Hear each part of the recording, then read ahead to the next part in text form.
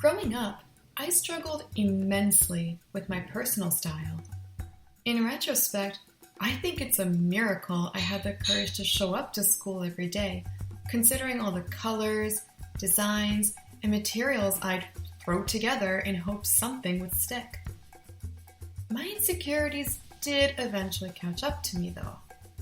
It wasn't until I flipped through a magazine and saw singer-songwriter Nelly Furtado, a Victoria native of Portuguese descent, proudly donned in bohemian grunge, that I started feeling comfortable with my preferences. I was happy to finally discover that a cultural icon who dressed similarly to me also embraced some experimentation in her life. The same can be said about her music. Furtado's sound has never quite been able to fit neatly into any particular genre because it's influenced by a fusion of them, including sampled trip-hop and world beat. Her third album, Loose, was her transition into the mainstream, but even then, it was quite distinct from other chart-topping records in the mid-2000s. The fact that 8 of the 12 songs were made into hits should tell us something, because it is a rare feat for any artist to achieve. What makes Loose so listenable as a whole is its progression from one theme to another. The first half of the album is, for the most part, wild. The dissonant and eerie synth beats make me think of thrashes and splatters all over the wall. Any sense of polish was deliberately omitted from the final product, as bloopers and distortions were left in to create conflict between the primal and industrial. Producer Timbaland is a genius, and I expected nothing less of him when he put Loose together. As for Furtado, she's flirtatious, maybe deceptively so, and in control. These songs capture your attention, but are never overbearing, because you feel them more than you hear them.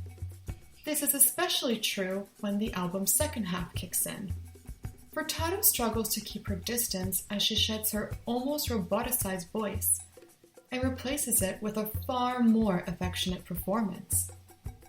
By now, the tracks have mostly settled down to reveal hidden depths in the lyrics, with the enigmatic Say It Right as their representative. No one knows what it's about exactly. Not even Furtado herself, despite having written the song. So I'll offer my interpretation.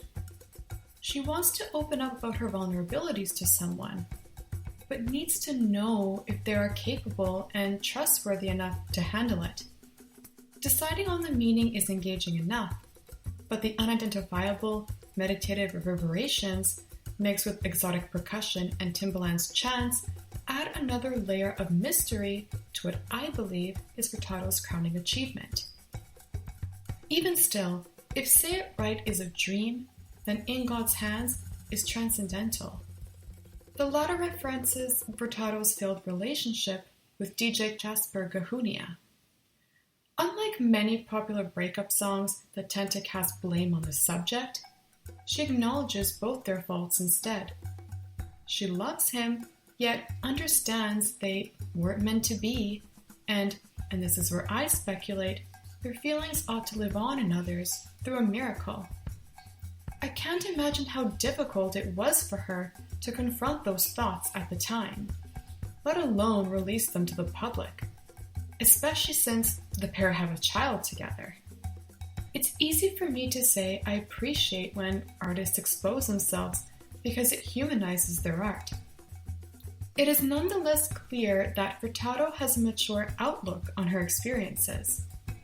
In the self-explanatory All Good Things Come to an End, she is fascinated by the bittersweet, cyclical fate of relationships. She admits to feigning ignorance in the face of reality. However, she realizes she can't remain in her painless fantasy forever, because nature's dilemmas always bring her back to accept what she cannot change and work hard on the things she can. At least, that last part is my impression of it. Coldplay frontman Chris Martin collaborated on the track. His presence is felt through chants and whistles. Like much of his own music, the overall production here has a cheerful, yet melancholic quality. Furtado hasn't been able to truly elevate or diversify her sound beyond her team's work on Loose.